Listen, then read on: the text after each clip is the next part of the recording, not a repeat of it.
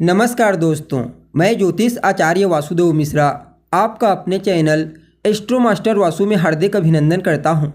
दोस्तों, आज का यह ज्योतिष का कार्यक्रम आप लोगों के लिए यानी कि मीन राशि वालों के लिए बड़ा ही खास कार्यक्रम साबित होगा।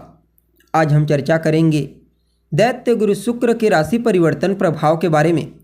जी हाँ, बीते 7 नवंबर 2024 की प्रातःकाल 3:48 पर दैत्य गुरु शुक्र अपनी वर्तमान शत्रु राशि वृश्चिक राशि को छोड़कर पुनः एक बार अपने शत्रु देवगुरु बृहस्पति की मूल त्रिकोण राशि धनु राशि में प्रवेश कर चुके हैं, जहां कि वो 2 दिसंबर 2024 की प्रातः तक रहेंगे और इसके पश्चात अपने मित्र शनि की साधारण राशि मकर राशि में प्रवेश कर जाएंगे।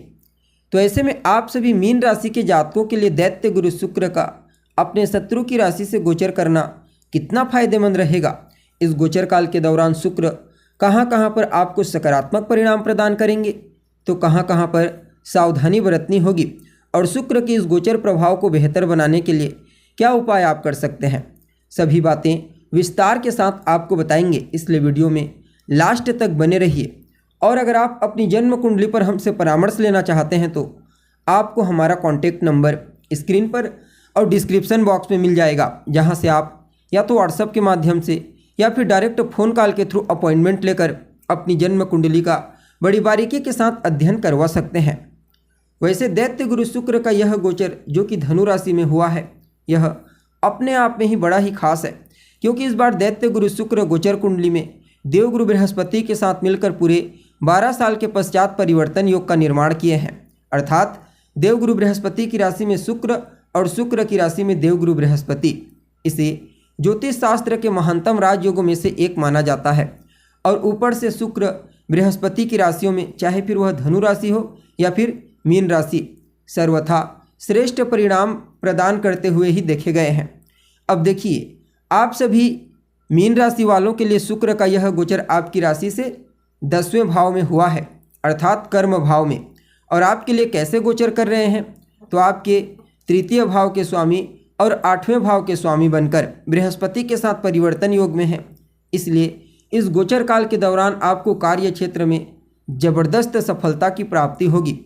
वैसे तो 10वें स्थान में शुक्र को उतना अनुकूल नहीं माना जाता, क्योंकि यहाँ पर शुक्र दिग्बल से विहीन होते हैं, परंतु शुक्र इस बार देवगुरु बृहस्पति के साथ परिवर्तन योग में है, बृहस्पति की राशि में है।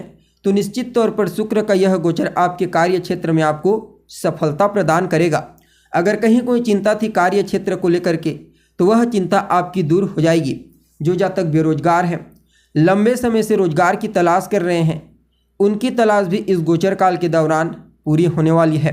कार्य क्षेत्र में आपके कार्य करने की क्वालिटी आपके आकर्षण क्षमता को और ज़्यादा बढ़ाने वाली है। यूँ समझ लीजिए, आपके द्वारा किया गया हर कार्य हर किसी को प्रभावित करेगा, चाहे फिर वह आपके बॉस हो, आपके सीनियर अधिकारी, उच्च अधिकारी, या फिर आपके साथ काम करने वाले आपके सहकर्मी।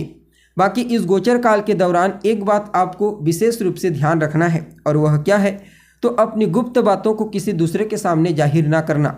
जी हाँ, इस गोचर काल के दौरान अपने सभी गुप्त चीज़ों को गुप्त ही रखने का प्रयास कीजिए। जो भी कार्य आप करेंगे उसका ढिंढोरा मत पीटिए, यानी कि आपको अपने सभी कार्यों को गुप्त तरीके से अंजाम देना है।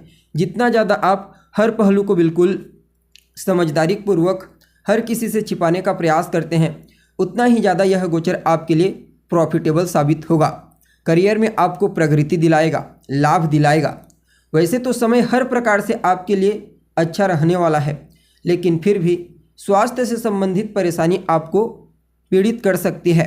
तो थोड़ा सा आपको अपनी सेहत का ध्यान रखना है। कैसे रखना है, तो अपने खान पान, रहन सहन, अपने डेली रूटीन, दैनिक दिनचर्या पर ध्यान दीजिए। इसी की वजह से ही 80% प्रॉब्लम हमारे जीवन में आते हैं। बाकी इस गोचर काल के दौरान आपको लाभ के कुछ अच्छे अवसर प्राप्त होंगे। कार्य क्षेत्र में भी आपको लाभ मिलेगा, मान सम्मान, यश, कीर्ति मिलेगी। लेकिन आपके साथ काम करने वाले कुछ सहकर्मियों के द्वारा सहयोग की प्राप्ति न होना कुछ हद तक आपके लिए तनाव का कारण बन सकता है। तो इस बात का आपको ध्यान रखना है। बाकी जितना ज़्यादा हो सके इस गोचर काल के दौरान आप अपने माइंड को बिल्कुल स्थिर करके किसी फील्ड में कार्य करना प्रारंभ कर दीजिए। बाकी समय आपके लिए कई मामलों में बेहतर रहेगा, क्योंकि अभी वर्तमान समय में शनि की 7.5 की प्रथम ढैया आपकी राशि को चल रही है और यह समय आपके जीवन काल में काफ़ी हद तक बेमतलब के खर्चों को बढ़ाने वाला था, मानसिक टेंशन, तनाव देने वाला था, सफलता से भी वंचित करता है। तो इसमें काफ़ी हद तक कमी आ जाएगी। यूँ समझ लीजिए बृहस्पति और शुक्र ये दोनों ग्रह मिलकर के आपके जीवन काल के रूपरेखा को बदलने का कार्य करेंगे। अगर नैसर्गिक रूप से देखा जाए तो बृहस्पति आपके ज्ञान, बुद्धिमत्ता, चतुराई, आपके विवेक को डिनोट करते हैं, जबकि दैत्य गुरु शुक्र आपके भौतिक सुख सुविधा, भूमि, भवन, मकान, वाहन, इन चीज़ों को बताते हैं। और जब ये दोनों ग्रह एक दूसरे की राशि से गोचर कर रहे हैं, एक दूसरे को बल प्रदान कर रहे हैं, तो आप समझ सकते हैं कि इस गोचर काल के दौरान आप अपनी तमाम प्रकार की इंटेलिजेंसी, बुद्धिमत्ता का इस्तेमाल करके अपने भौतिक सुख सुविधा को पूरी करने का प्रयास करेंगे। जो जातक राजनीति से जुड़े हुए हैं उनके लिए तो कहना ही नहीं, सामाजिक क्षेत्र में भी आपकी कीर्ति बढ़ने वाली है, क्योंकि सामाजिक कार्यों में भी आप कुछ हद तक बढ़ चढ़ करके हिस्सा लेंगे, जिससे नए लोगों के साथ मुलाकात करने का मौका, नए लोगों के साथ जुड़ने का मौका आपको प्राप्त होगा। बाकी इस गोचर काल के दौरान देवगुरु बृहस्पति आपके तीसरे स्थान में हैं और भाग्य स्थान को देख रहे हैं, जो स्वयं भाग्य के अति विशिष्ट कारक ग्रह हैं। तो शुक्र की मजबूती बृहस्पति को आपके भाग्य के लिए एक्टिव करेगी। फलतः आपको अपने भाग्य का साथ जबरदस्त तरीके से इस गोचर काल के दौरान देखने को मिलेगा। भाग्य की मजबूती ही जीवन में कई प्रकार से विशेष उपलब्धियां प्रदान करने वाली साबित होती हैं, तो इस बात का आपको हमेशा याद रखना चाहिए। बाकी तीर्थ यात्रा करना आपके लिए प्रॉफिटेबल रहेगा और अगर हो सके तो अपने घर परिवार में कोई धार्मिक क्रियाकलाप, पूजा पाठ का आयोजन भी कीजिए, इससे यह गोचर आपके लिए और ज़्यादा पॉजिटिव हो जाएगा। सिर्फ इतना ही नहीं, दैत्य गुरु शुक्र आपकी राशि से जो कर्म स्थान से गोचर कर रहे हैं, यह नौकरी पेशा लोगों की तुलना में व्यापारियों के लिए कुछ ज़्यादा ही प्रॉफिटेबल साबित होगा।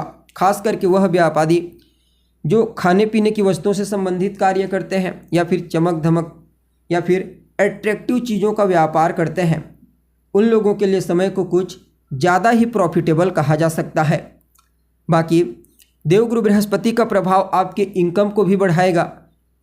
शुक्र के द्वारा बल प्राप्त करके आपके बड़े भाई बहनों को करियर में ग्रोथ दिलाएगा और कहीं ना कहीं अगर आप लंबे समय से जॉब के लिए प्रयत्नशील हैं तो उससे संबंधित भी कोई अच्छी खबर आपको इस समयावधि में सुनने को मिल सकती है। यानी कि कुल मिलाकर के देखा जाए तो आप सभी मीन राशि के जातकों के लिए दैत्य गुरु शुक्र का आपकी राशि से कर्म भाव से गोचर करना बहुत ही अच्छा रहने वाला है। बस स्वास्थ्य का थोड़ा आपको ध्यान रखना है और इस गोचर काल के दौरान अपने स्वास्थ्य के साथ साथ अपनी माता के स्वास्थ्य का ध्यान रखना है। अपने पिता का सम्मान कीजिए, उनका कहा मानिए, भूल करके भी उनका अपमान आपको नहीं करना है।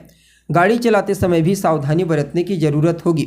बाकी गाय की सेवा कीजिए, गाय को हरा चारा खिलाइए या फिर आप गाय को गुड़ खिला सकते हैं, खास करके गुरुवार के दिन। आपके लिए दैत्य गुरु शुक्र का यह गोचर और ज़्यादा बेहतर हो जाएगा। तो दोस्तों, उम्मीद है जानकारी आपको पसंद आई होगी। अगर जानकारी अच्छी लगे तो शेयर अवश्य करें। अभी के लिए बस इतना ही। पुनः मुलाकात होगी एक नए और ताज़ा एपिसोड में। तब तक के लिए नमस्कार।